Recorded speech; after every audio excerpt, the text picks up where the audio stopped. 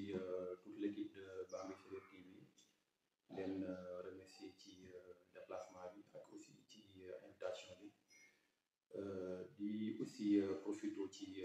occasion bi pour vraiment aussi baalu ak ñëpp di baal ak ñëpp également di nuyu aussi waa commune boobu ñëpp bàyyiwuma kenn maa ngi nuyu les chefs de village di nuyu aussi imam yi kon daal ci tënk rek maa ngi nuyu kilifa diine yi ak kilifa aada yi di nuyu aussi toute la population mu nekk les jeunes mu nekk les femmes bàyyiwuma ci kenn waa léegi puisque aussi dañ nekk acteur politique bëggoon naa également nuyu waale aussi mon coordonnateur communal Cheikh Tidiane Ngom mu nekk koo xam ni aussi wax dëgg ci yàlla mu ngi liggéey bu am solo ci Pastef que benn mag la et puis d'ailleurs sax moo jiite magu Pastef au niveau départemental kon ñu vraiment en tout cas ñu ngi travailler main dans la main mën naa ne ci question yu bëree bëri dañ ci échanger vraiment le contact est maintenu kon ñu ñaan rek yàlla gën ko yokk wër gën yokk fanaan incha allah bu loolu weesoo itam muy nuyu mon mentor monsieur le ministre Aliou Dione di ko nuyu di ko aussi baalu ak di ko baal ak di rafetlu aussi liggéey bi nga xam ne mu ngi koy def au niveau national mais surtout aussi au niveau local parce que mën naa ne biñ ko nommé ministre mën naa ne sa première sortie hors de la commune de Bambey c'était à Bambey Serer voilà dafa sax coïncider woon ak mooy instant yi nga xam ne moom la ñu waroon célébrer suñu magal bi fii nii au niveau de Bambey Serer moom bon il s'est déplacé avec son cabinet mu ñëw ci jàng yi vraiment magal jàng yi bu baax a baax mu nekk loo xam ne ni aussi yaakaar naa ne c'est une marque de respect quoi c'est vraiment une marque de respect kon loolu ci sant ci gërëm bu baax a baax bu loolu weesoo itam monsieur le ministre aussi mën nañ ne bi muy financer les GIE mën naa ne laa aussi fàttewul waa Ngogom parce que yaakaar naa ne Ngogom bokk na ci communes yi nga xam ne moom njëkk a financé peut-être surtout nag les GIE des femmes ñu ci bëri jox leen financement bu dee aussi côté mën naa ne côté peut-être beneen wàll bi itam muy côté xëy na recrutement ak yooyu je peux dire que aussi kooku fàttewu ko parce que man mii j'en suis un exemple man mii bon il m'a nommé comme conseiller technique dans son cabinet voilà kon kooku je pense que vraiment fàttewul waa commune de Ngogom may nuyu aussi mon ami mon homonyme aussi Barthélémy Badara Diouf honorable député di ko nuyu bu baax a baax di nuyu Seigneur Thiam di nuyu aussi l'ensemble des patriotes du département de Bambey di nuyu aussi ñi nga xam ne c'est des patriotes dans la commune xëy na bëgguma woon sax lim ndax ku lim juum ñoom Modou Ngom Joro Modou Gaye Ngom GPS ñoom Diessène ñoom Ablaye Tine ñoom Matar ñoom Yérim ñoom Salif Fall ñoom El Hadj Samb et aussi ñoom Adama Ngom ñoom Modou Ndour fàttewuma kenn bëgguma woon sax lim ñoom Daouda Dieng vraiment en tout cas bëgguma woon lim quoi ndax ku lim juum di nuyu aussi bu baax a baax suma tonton Dama Sène moom tam nekk un grand patriote jàpp liggéey bu baax a baax di nuyu aussi mon oncle Salim Jambal moom tam aussi jàmbaar la ci macha allah voilà moom ñu ngi aussi nuyu aussi le président de la République Bassirou Diomaye Diakhar Faye di nuyu également son premier ministre Ousmane Sonko di ñaan aussi la mission bi nga xam ne moom la leen peuple bi assigné ñu mën ko réussir avec brio et j'espère que ils sont sur la bonne voie et ils vont inchallah rabi atteindre cet objectif moo duma lim sax mais bon xëy na ku ma ci fàtte rek mu xam ne xëy na xel day fàttu mais vraiment monsieur daal maanaam ku nekk rek mu jaar surtout aussi si la voilà waaw boobu question nag question bu am solo la parce que aussi c'est vrai que xëy na ñu bëri xam nañ ma mais aussi itam day baax itam aussi boo amee occasion bi nga revenir sur ton parcours sur mon parcours ma revenir sur mon parcours loolu c'est important kon je peux dire que man bon j'étais enseignant man j'ai commencé à enseigner en 2004 mon premier poste d'affectation c'était à Kédougou donc j'ai enseigné à Kédougou pendant 6 ans bi ma jógee nag aussi à Kédougou après je m'étais inscrit au département de philo fallait décrocher mon master en philosophie bi loolu weesoo après j'ai fréquenté la FASTEF def naa fa donc 1 an pour la formation du CAES après le CAES aussi j'ai fait les lycées donc j'ai eu à dispenser des cours de philosophie dans les lycées pendant plusieurs années. Et par la suite aussi, j'ai réussi à un concours, le concours d'entrée à l'ISE. ISE, Institut des sciences de l'environnement. mu nekk nag un concours très prestigieux parce que mën naa ne ISE mooy le meilleur institut en matière d'environnement ci Afrique je dis bien ci Afrique donc en Afrique vraiment c'est le leader kon man fa lañ ma formé fa laa génne boobu concours laa réussiroon génne fa bi ma génnee aussi après on m'a nommé comme conseiller technique au niveau du ministère de la microfinance et de l'économie sociale et solidaire. Voilà, donc en gros, c'est mon parcours. Vous dites aussi sur le plan politique, je suis membre du mouvement des cadres, donc dans la commission environnement et cadre de vie. D'ailleurs, le volet de la gestion des déchets, je suis en charge et je puis vous dire que définitivement ci liggéey bu am solo. Voilà, donc en gros, mon parcours. loolu aussi am na solo macha allah parce que boo jëlee les CPS mooy les coopératives productives solidaires donc loolu aussi dafa nekkoon benn initiative boo xam ne nii monsieur le ministre docteur Aliou Dione moom moo ko initié woon bi mu ko initié aussi vraiment am na ci aussi l'onction du premier ministre am ci aussi l'onction du président donc depuis lors nag c'est devenu politique publique d'ailleurs sax defoon nañu lancement ak Pentoum waxoon ne bëgg nañu créer d'ici à 2019 3000 coopératives mais nag présentement l'objectif qu'on s'est fixé mooy que ñu mën a créer au moins une coopérative en 2025 et ça en raison de 5 coopératives par commune donc loolu lañu nekk et c'est d'ailleurs ça la raison pour laquelle altine bii di ñëw ni incha allah à partir de 9h à l'école 1 de Bambey Séréer voilà dañ ci programmer donc passer à l'installation de ces coopératives ci loolu nag aussi ñu ci woo toute la commune de Ngogom parce que je peux dire que coopératives yooyu donc elles sont ouvertes donc à tout citoyen de la commune de Ngogom sans peut-être une considération de parti politique ou autre kon loolu am ci mais nag aussi may wax rek ne les CPS dañu am njëriñ dañu am solo parce que day permettre aussi ñu mën lutter aussi contre le chômage ak aussi mën na aussi donner aux jeunes et aux femmes mën leen jox aussi des emplois décents et durables kon loolu lu am solo la léegi ci loolu encore li ma ci yokk rek mooy que ne on doit créer 5 coopératives 5 yi nag bu nekk di am vocation léegi dina am boo xam ne ni ça aura trait donc à l'agriculture am boo xam ne ni daa am vocation d'élevage am boo xam ne ni dañ koy jagleel ñi nga xam ne c'est des ouvriers bu ñu nee nag ouvrier rek mën nañu artisanat également ouvrier mën nañ ci lim maçon yeeg ñu ci bëri maçon yi plombier yi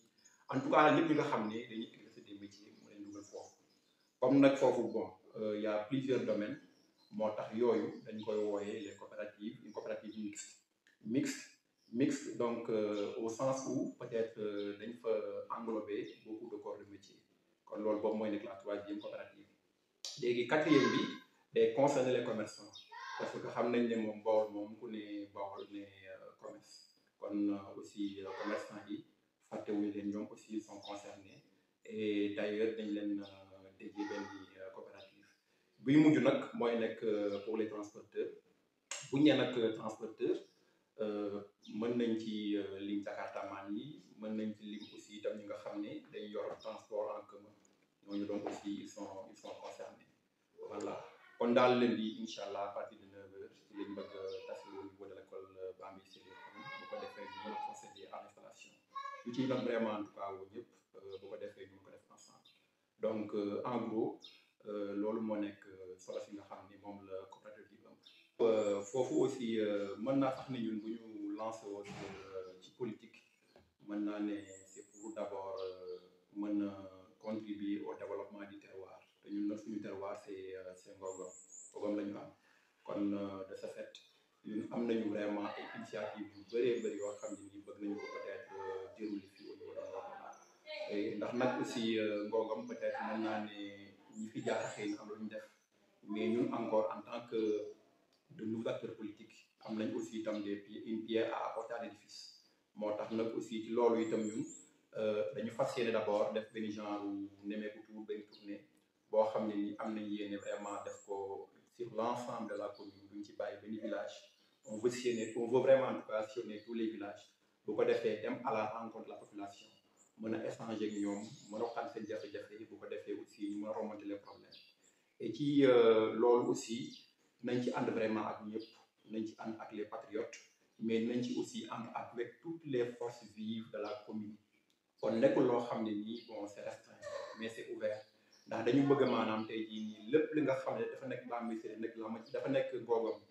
nekk de la matière grise dañ ko bëgg maanaam dañu bëgg vraiment bu booba jotee itam ñu mën leen ci woo ñu mën a ànd defandoo ko léegi nag tournée boobu si tout va bien incha allah rabbi bëgg nañ ko def daal d'ici à 2 mois ñu xool benn quinzaine ñu def ko ci bu ko defee ñu mën a sillonner toutes les localités tous les villages tous les quartiers jaar fu ne saafonte ak ñoom et puis aussi am na projet yoo xam ne di travailler et puis ces projets là bëgguma ci xëy na pousse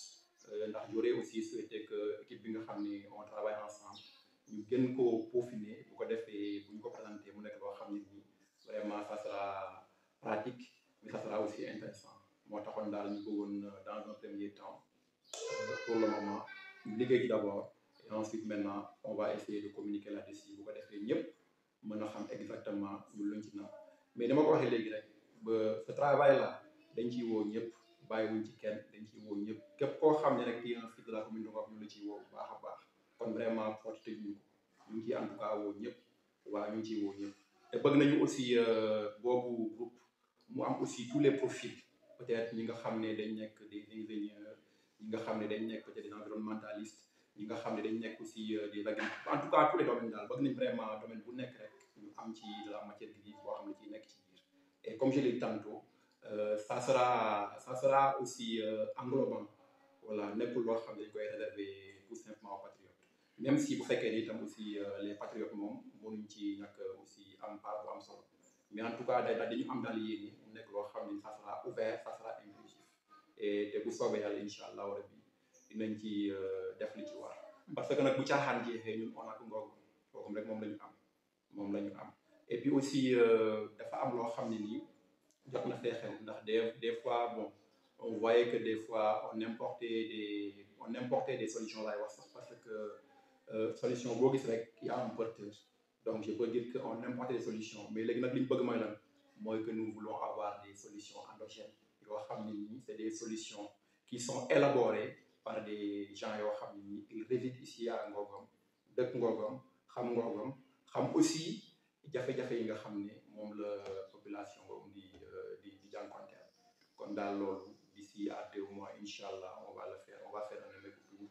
et aucun village ne sera en reste.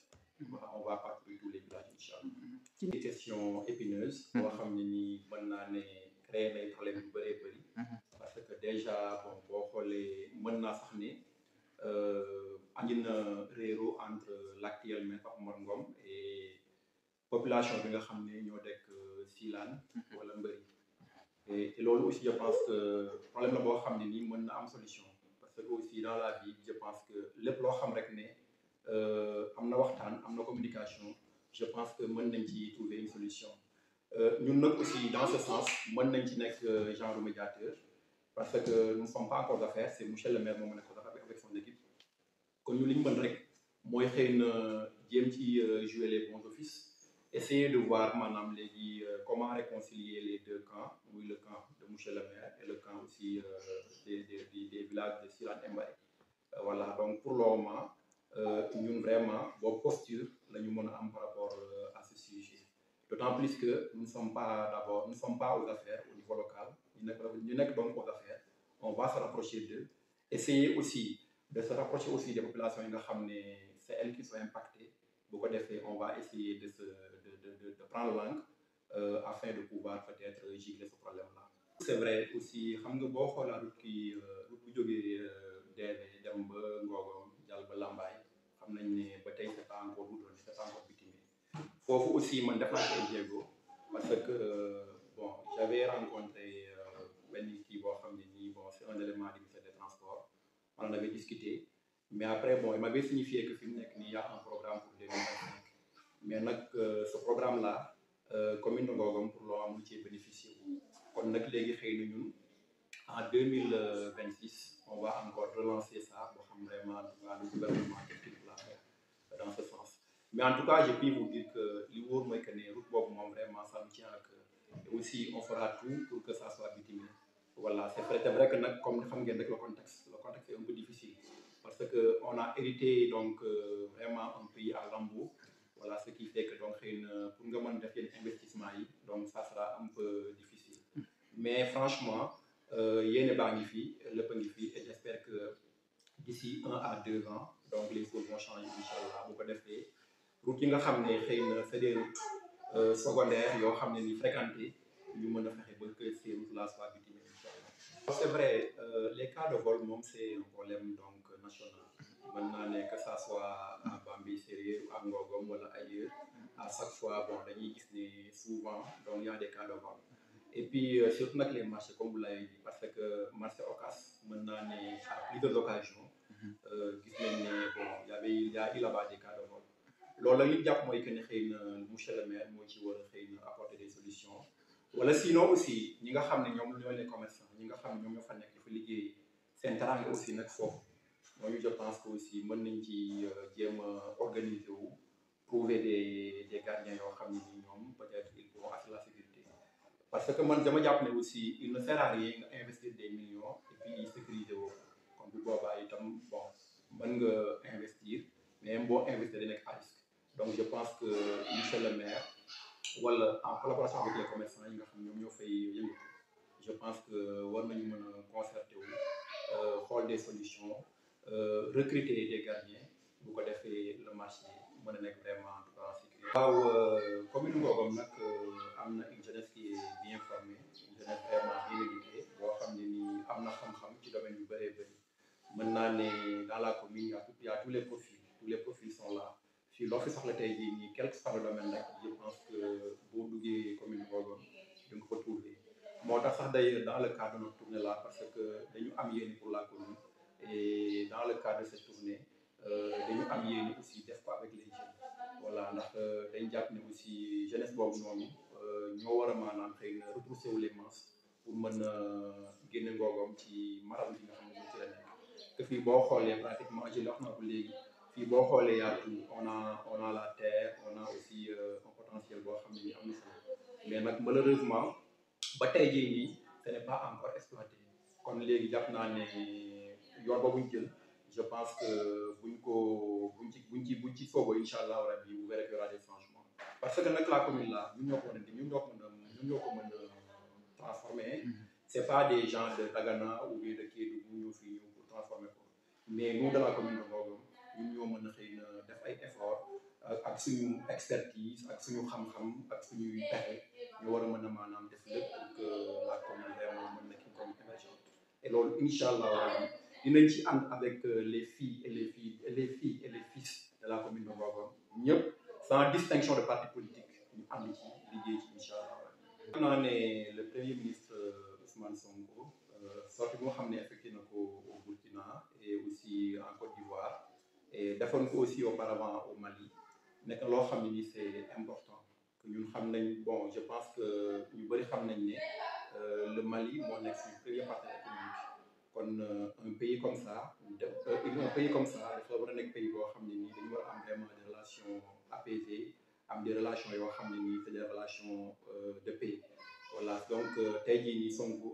moom bu demee tey jii ba xam loolu aussi def ci ay jéego je pense que c'est une bonne chose. que déjà dañuy permettre aussi le port là bi nga xam ne xëy na fan yi weesu xawoon na am ay jafe-jafe ci wàllu économie loolu dina ko mën a relancer nga xam nañ ne ñun boo xoolee le fret malien là le fret malien pratiquement fii lay jaar fii lay transiter donc et vous pouvez le constater yow mi nga xam ne bon vous fréquentez beaucoup cette route là di nga xam ne pratiquement c'est les camions maliens ñoo jógee Dakar di dem Bamako kon le partenariat là xëy na l'ex-président moo ko xawal saboté avec une décision malencontreuse nga xam ne jëloon na ko sous la dictée de la France ou bien des occidentaux kon loolu yaakaar naa ne le gouvernement actuel va rectifier le tir très tôt incha allah voilà boo jëlee aussi du Burkina le Burkina encore c'est un pays frère te le Burkina encore c'est un pays qui est un peu enclavé le Burkina amul une façade maritime le Mali non plus le Niger non plus. Donc ces pays, donc ces républiques sœurs là, je pense que le Sénégal vraiment war na mën nekk la locomotive pour jàppale leen ci lu bëree bëree bëri mu nekk un partenariat gagnant-gagnant pour ses frères de la CEDEAO même si sax xëy na ber nañ seen kii mu nekk léegi l'AES mooy l'alliance des États du Sahel mais je pense que aussi appellation rek ça ne change rien que mu tudd AES que mu tudd CEDEAO l'essentiel mooy qu'il y ait entente donc entre les peuples et entre nos gouvernements et j'espère que Sonko c'est dans ce sillage-là vraiment ci lay def yooyu muy def et ñu ko ci encouragé bu baax a baax waaw mon dernier mot mooy aussi remercier donc waa Ngogom ñëpp remercier aussi ñi nga xam ne ñoom laa bokkal parti politique muy la coordination communale de Ngogom remercier aussi la JPS remercier aussi waa Mujib mais surtout aussi remercier ma famille encore mes parents mes amis leen remercier bu baax a baax di remercier aussi monsieur le ministre nga xam ne bon il m'a accordé sa confiance ma koy remercier bu baax a baax di ko souhaiter aussi bonne continuation parce que je vois que depuis que mu nekk dans son département mu ngi fay def vraiment des choses yoo xam ni c'est extraordinaire voilà parce que moom yàlla may na ko imagination et son imagination mu ngi koy jéem a mettre en pratique et loolu c'est vraiment intéressant merci beaucoup